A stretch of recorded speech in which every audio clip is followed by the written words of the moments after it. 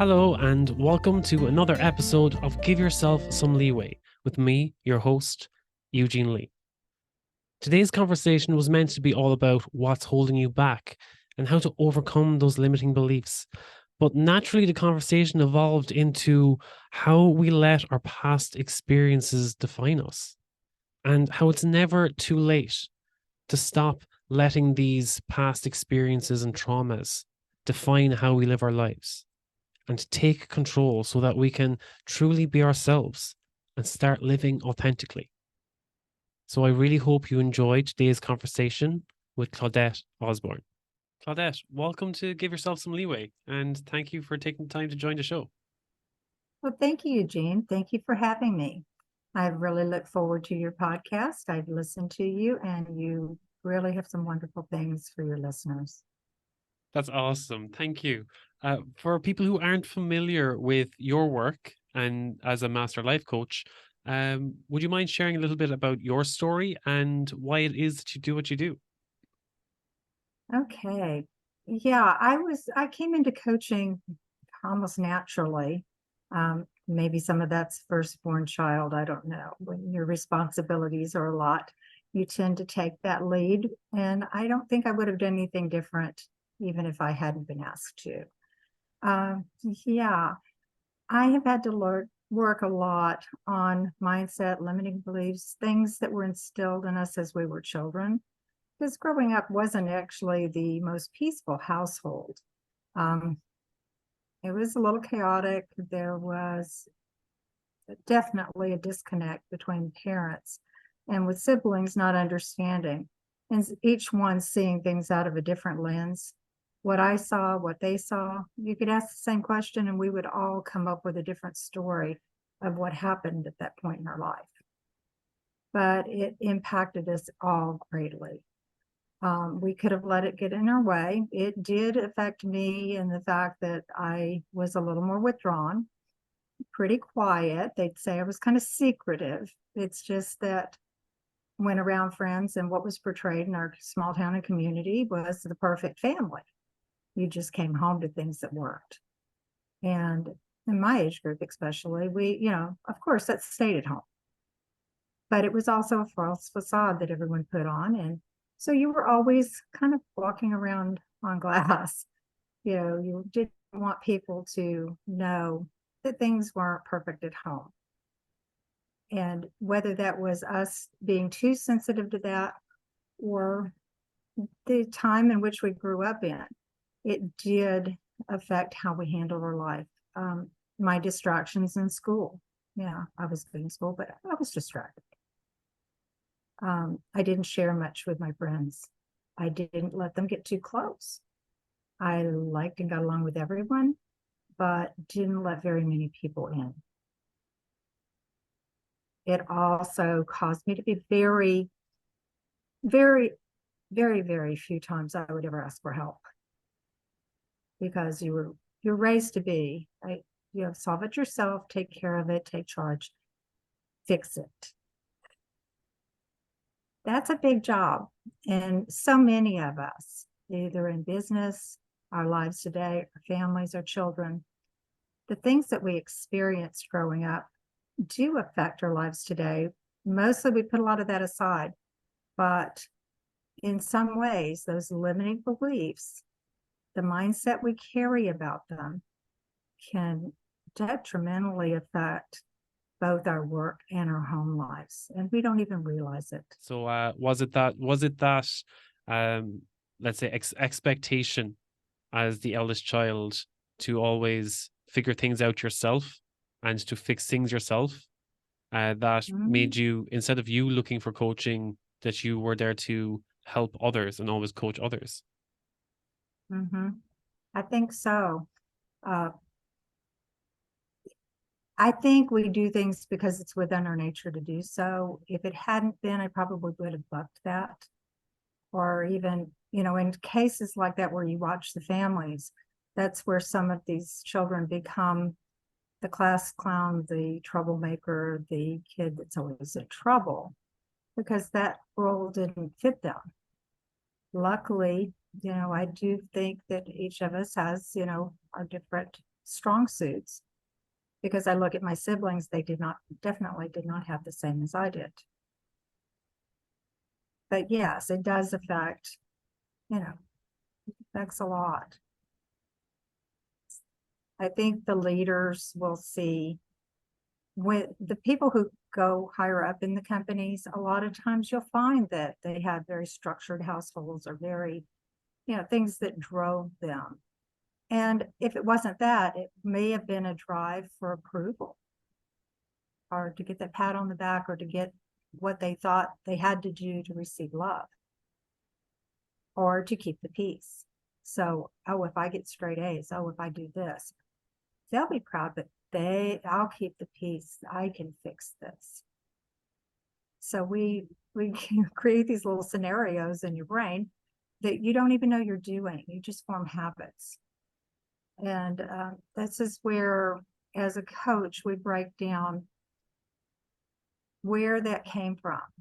Were these our choices? Were these things, where did we learn what we learned?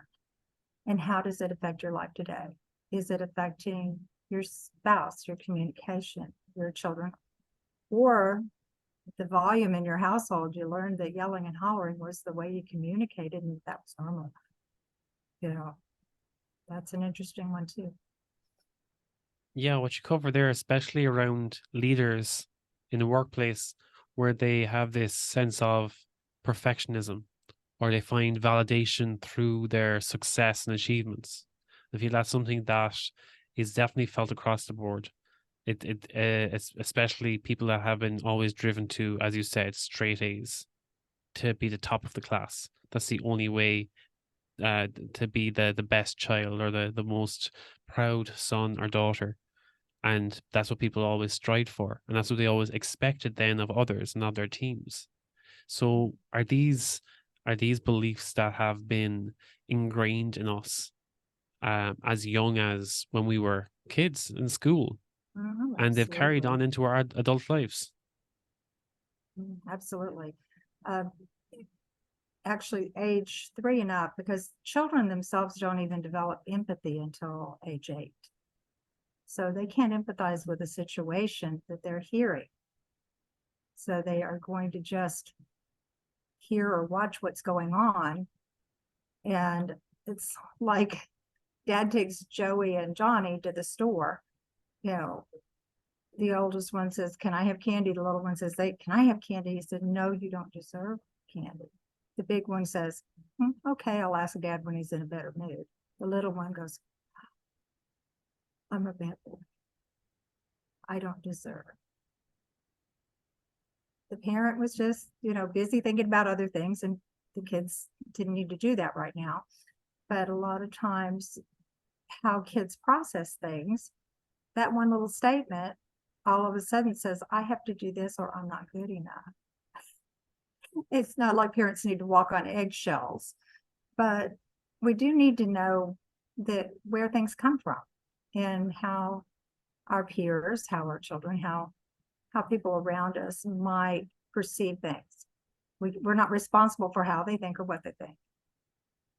And we take that on a lot too, but that is their job. But it is our job to sit back and make sure that we know how we're saying something.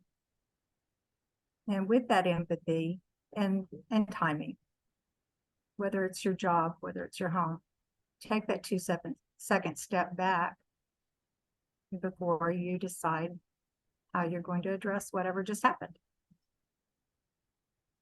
That's an interesting point you made there, especially around the candy store, and the 3-year-old in the candy store feeling that they weren't worth the candy, that they were bad because they didn't deserve it. And I feel that that attitude can be brought as far as the workplace, where a manager may feel, oh, someone on a team doesn't deserve this promotion, doesn't deserve this raise, no matter what work they do or how much experience they have.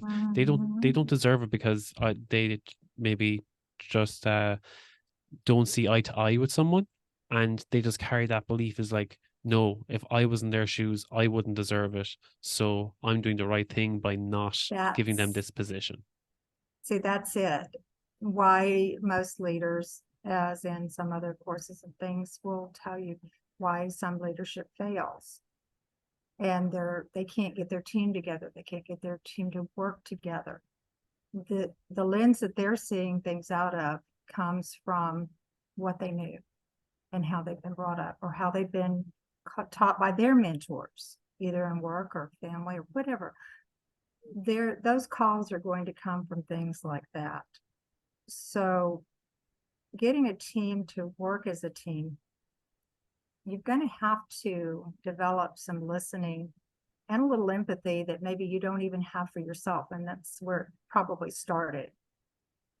That tough syndrome was developed as a shell for protection when we were little. It doesn't really serve us anymore. That was a self-protection thing, because we couldn't think that our parents were flawed, and that would shake your world. So, we deserve that little protection shell around us. But that toughness we carry on through our work, through our jobs, with other things. Then all of a sudden you wonder why you can't get the respect of your coworkers. And I think it even goes further than that. It goes further than just your professional relationships as leadership. It also spills into your personal life again, but whether that be with your friends or with your family or with your kids again, that generational trauma just carries on if you don't address it yourself, because these are the beliefs that you have grown up with, and that's all you know. If you haven't worked on it or haven't gained awareness of how this behavior is not serving you and not serving the health of your relationships or benefiting your relationships with others, people see it as, oh, that's just their personality trait, and oh, that's just the way things have always been, and they use that as an excuse for treating others badly, because they're like, well, this is the way I've been treated all my life, and it's after getting me this far, so maybe I should shed that trait or that a behavior on other people around me so that they'll understand where I'm coming from. These are all limiting beliefs that have been ingrained in us as young as you said, 3 years old, and how they hold us back from being truly ourselves or being truly happy with ourselves. Yeah, that comes back to that authentic piece. Learning how to be our real, true, authentic self. We get stumped there a little bit, because so much of what we think we are, who we are, we ask somebody, well, who are you? They tell you what they do for a living. First, yeah, I do this. No, who are you? Well, I'm a mom. Okay, yes, you're a mother, or I'm a this. They've gotten so far away from even knowing that they're actually a loving, caring individual that has something to offer, that is worth loving, that is worth, this struggle with work balance, feelings, guilt, resentment, all of this stuff, can build up. But what we're here to do through our coaching and working on limiting beliefs and mindset is to take a person from where they are right now. Maybe shortly go back, just view or have them evaluate where they learned something. But at that point, we're done with the past. We're working on, okay, now we have awareness. Now that we know these things, what are your next steps? Where are your goals? What are your things that you're trying to achieve? Let's work on how to get there. And when these things get in the way, then we can come back to, oh, okay, so where did this come from? When you can go back and put a pause on it and think about it, oh, yeah, oh, maybe that workplace, me being so tough then, wasn't trying to toughen them up or make them better. It was trying to control the situation or trying to prove that I am the best leader. It took that other person out of the equation. So sometimes shining that little lighthouse on the rocks makes people think, oh, okay, maybe that came from someplace else, and maybe I need to think about this before or how I need to talk to this next individual or work with this team, and how I can better put this team together. I don't know, it's where we start. Exactly. And again, even spilling further again from that is other than just our personal relationships, but our not just our professional relationships, but our personal relationships too. You could have that same situation with your kids or with your spouse as you would with a work colleague or your team if you're a leader. And you think that you're coming from a point where you're like, oh, this was me showing up as a leader or as the authority, and I was doing it for their benefit.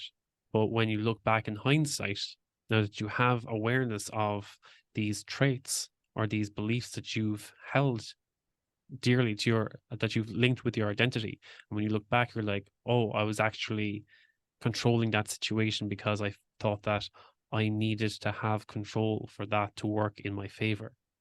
And as a result, you've actually probably damaged that relationship going forward. A lot of husband-wife or partner relationships are deeply damaged because they've known each other long enough that they think they can read their mind.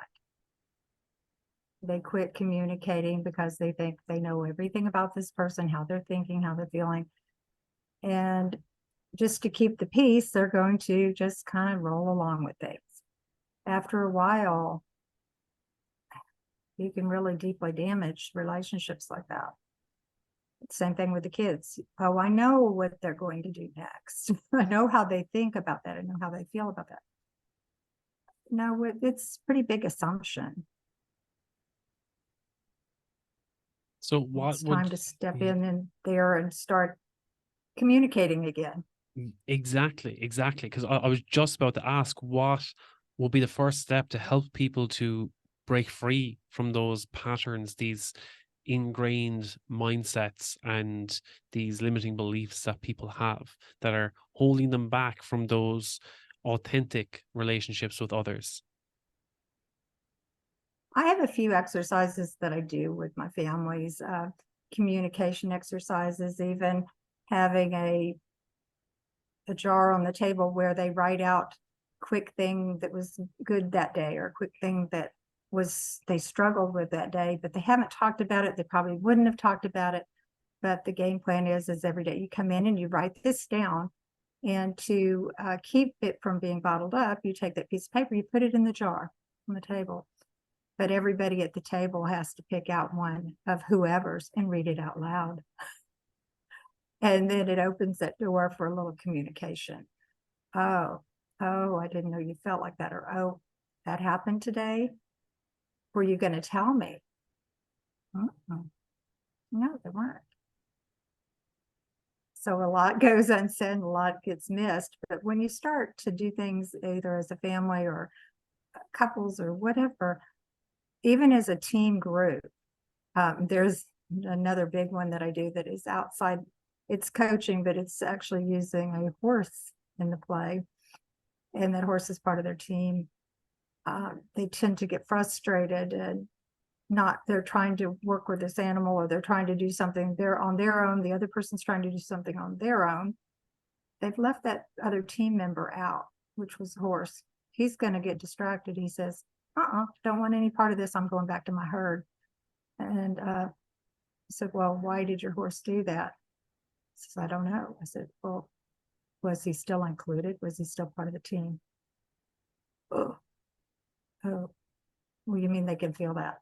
Yeah. I said, can you feel that when that team is not working and not everyone is getting their input to build what's going to come out in this project to be the best project ever?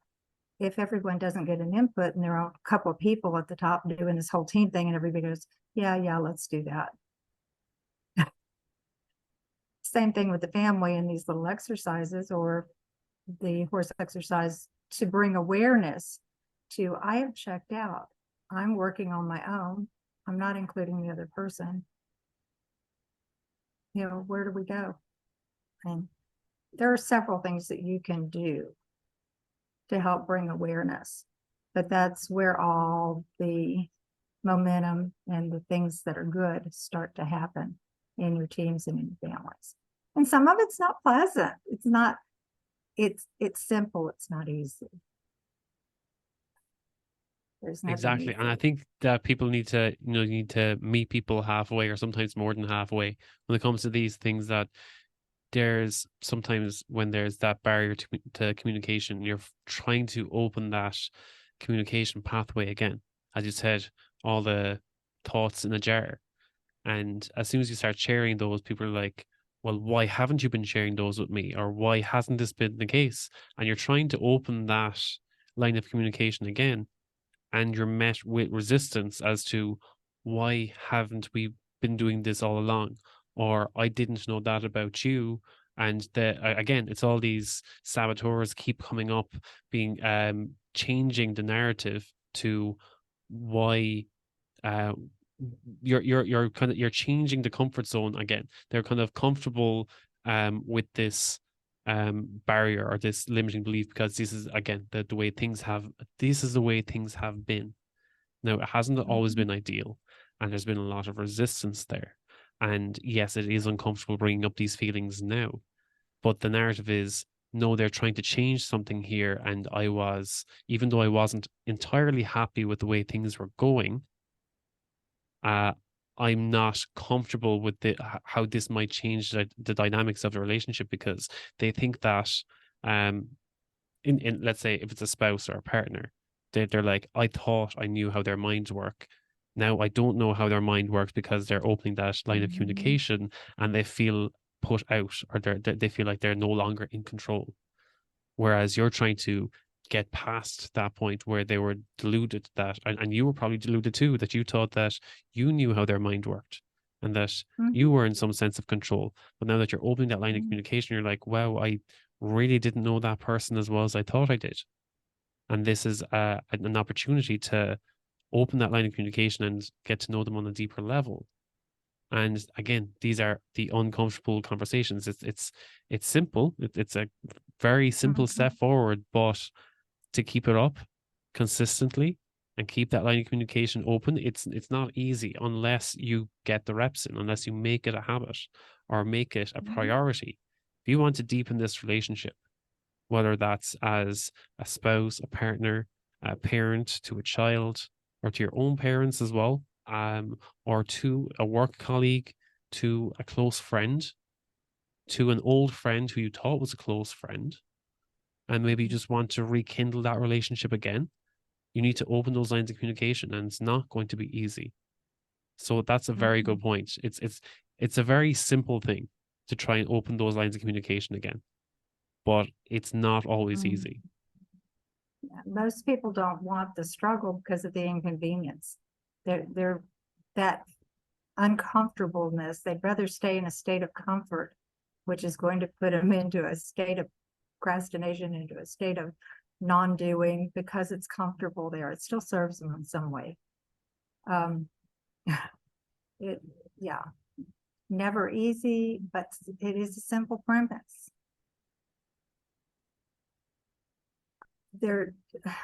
There's so many other things, like the groups, the families, everybody can do as far as awareness and mindfulness practices, even focusing on their self-care, their exercise.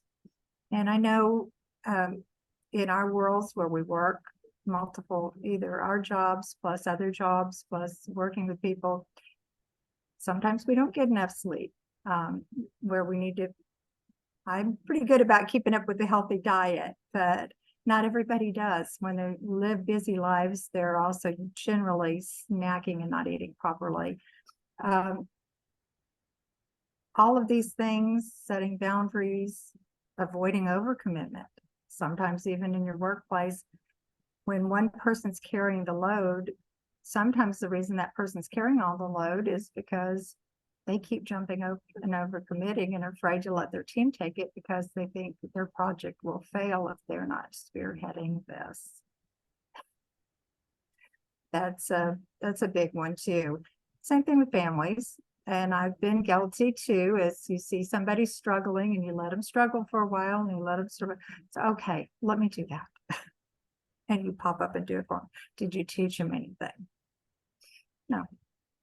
And did the team get any stronger for you doing it? They probably sat back and said, if they want to do all the work, I'm going to sit back and let them.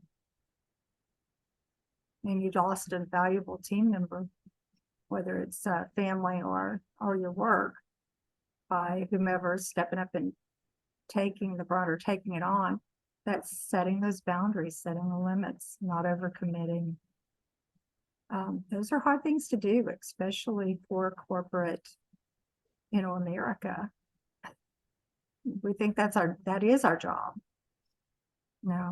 Building that successful team and making the company shine, or making, those are our jobs. And sometimes we have to take that back seat to make our team productive and shine. Yeah. I think that's definitely hit the nail on the head there, because that's where I was before I burnt out. That I was taking on every project, or be that in work, I was taking on extra projects outside of work. I was doing extra, I was doing part-time courses in college and getting my degrees as well part-time. Even my manager would call me crazy at one point, being like, you're crazy taking on this extra workload outside of work. You have a busy enough week as it is. And I was like, well, I have impeccable time management skills at the end of it, if I can complete all of this. And even on top of that, again, I took on extra activities within my community and within my family and with friends. And I committed to everything because I felt that I was in a position where, oh, I'm the workaholic here, and I can still make space in my life for all these personal projects and all these personal relationships, and that I'll never burn out, or I'll always find the energy and the drive and the motivation and the discipline to get everything done, because it felt like I was trying to get the most out of every moment, rather than taking a step back and being, what can I prioritize so that I show up at each of these at my best? And which ones do I need to sacrifice? Which ones do I need to put on the back burner for now so that I can give my full potential and be fully present and share each moment with that person and build that relationship in that moment, rather than trying to fit in everyone at once and only give them a moment of my time because my mind is elsewhere. Mm-hmm. Most of us, I think, in the busy world are guilty of that. I think that at some point we do put the gas on and we really pour into what we're doing to set up a path for us that we think, okay, in the future, I'm doing this now so I can have this in the future. That's great if we don't develop a habit of doing that to where we feel like we have to do this, and that peace be still time, that we're not comfortable if we're not in high gear with our tail on fire. I mean, that happens, you sit there, and if you can sit for a few minutes and all of a sudden feel like you need to pop up and do something, maybe it's time to sit there another 10 minutes and breathe and get past that and know that you're going to survive not being busy every second of the day. It is okay to prioritize ourselves, our well-being. Be mindful. That's the mindful part of it, is discovering that awareness that you do need that time and you are okay with that. You will survive that. We've just developed such really horrible habits. And like some of it was ingrained in that, but I want to be the good girl. I want to be the good guy, I have to do this. Who says? We're the one that has that call. No one else. We're responsible. I think one of the things that holds us back from being that present and aware with ourselves is because we're trying to juggle both our personal and our professional lives. That we feel that we're trying to strive for this work-life balance, but at the same time, we don't want to work less hours because it might mean less pay. And we need that pay to fulfill this ideal family life that we've uh, designed or we've idealized. And how do you think you can strike a balance or harmonize your personal and professional life without sacrificing either? That depends a lot on if you're placing your value on yourself and how much money you have to make to have those things. Is it a lack of value as I'm good enough, or is it that money is what makes me who I am, or makes me, I'm only the person I am because I have this or that. My happiness depends on me having this huge this or that, or house or car, or the next Ferrari that rolled off the lot. If that's where your happiness is based, that can catch on fire tomorrow and not be there. So, taking a step back and where to find that work-life balance is what do you truly need, and why do you want what you want? So that okay, this is what I need, this is what I'd like to have, this is what I want, or this is what I feel like I've got to have, or I'm not going to feel like I'm good enough. Start to prioritize where this fits in your life. Then you start to see the areas that might need more of your time. The wheel of life, or the coaching wheel. I mean, sometimes people don't even realize how much of their time they spend where. They know they spend a lot of time working, but all the things that we say are important to us, to actually see that in writing and see how much time you'd like to spend there and how much you actually do, so that you can see what areas need that improvement and where you might need to make adjustments in the rest. And we've really worked ourselves into kind of a major mousetrap sometimes, because we've gotten all these wonderful things that cost so much that we feel like we have to maintain that style. But you don't really feel that way so much if you're good with who you are and love who you are, despite having the money or not. All of a sudden, those things are wonderful to have, and we can pick and choose where to put it, or we can actually invest in that family vacation and that home without saying we have to overextend those hours, maybe to please the company, the boss, the this, the that. If you're doing it for other people, other people's reasons, figure out what your reasons are. And then look at that whole picture. Sometimes it's easier to break out how to achieve that work-life balance. Yeah, definitely hitting the nail on the head again. Again, nothing, it's simple to see it on paper. It's harder to do, but not knowing where it all comes from. Yeah. Sometimes, you couldn't have the things you wanted when you were a kid. So, well, darn, I'm going to have it now.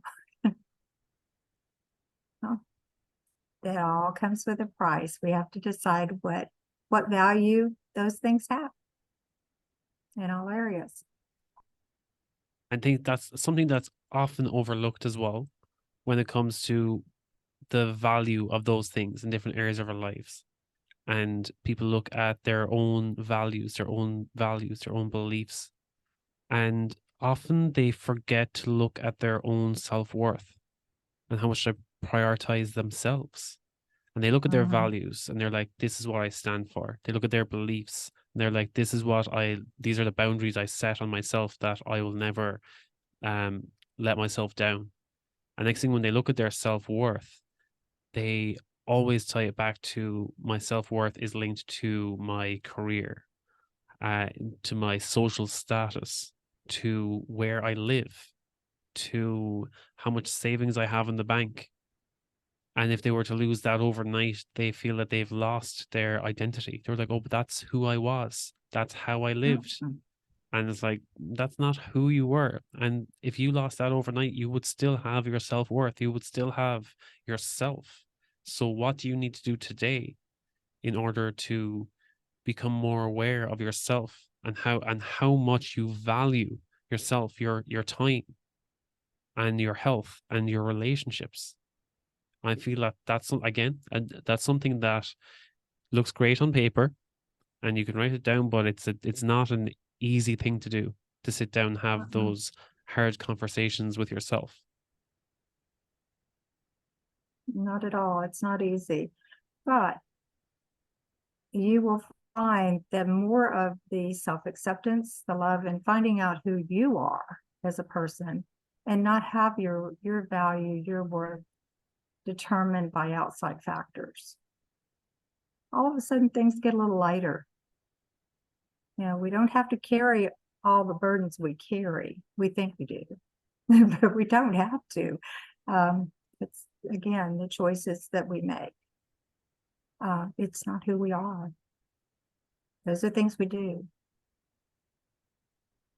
Kind of like those rivers. We have to learn the stream goes slow and fast and rapids and dries up sometimes. We have to learn how to surf what we get and enjoy some of the ride instead of just hanging on for dear life, hoping to get to the other side. That's brilliant. So, Claudette, if anyone wants to get in touch with you and maybe hear more about your coaching, what's the best way for them to get in touch? Okay, you can get me at Claudette at ClaudetteOsborne.com as far as the email address. ClaudetteOsborne.com is the website, which is a program for corporate parents, anyone that is struggling in their relationships with their teens, their families, and their jobs. It's called From Trouble to Triumphant, and that is ClaudetteOsborne.com. And I don't know, I think we might have a link to a book-in page here. And I also will have a free gift if anyone would like to sign up into the opt-in. I will send you a workbook, and it's a limiting beliefs workbook. It breaks down some of these thoughts that we've been talking about so you can actually see it on paper. And then in the end, which I do believe in some journaling, because if you don't write things down, if it lives in your head, you can't get out of your head. You've got to sometimes get out of there. So learning how to journal, there are some journaling prompts on the last page with a few pages that you can write down and start to spend that few minutes for yourself. Sometimes when we don't take that time and find out who we are, these little tools will help to give you even a few minutes at a time, 5 minutes. Start with 5. But that is a free gift for you. And I'd love to have a conversation with you. And Eugene, thank you. Thank you so much for inviting me onto your program. I've enjoyed every minute of it. It was great having you here, Claudette. It was such a great conversation. So thank you so much for your time too. Oh, thank you. Well, I really hope you enjoyed today's episode. And if you're ready to go deeper, maybe find out what's holding you back and how you can take the next step forward to start taking control of your life and be more authentically you.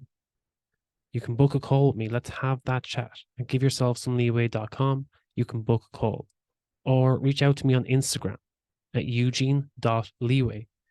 Just send me a message, say, hey, I want to talk, or leave me a voice note and let me know how your day is going. and we can take the conversation from there.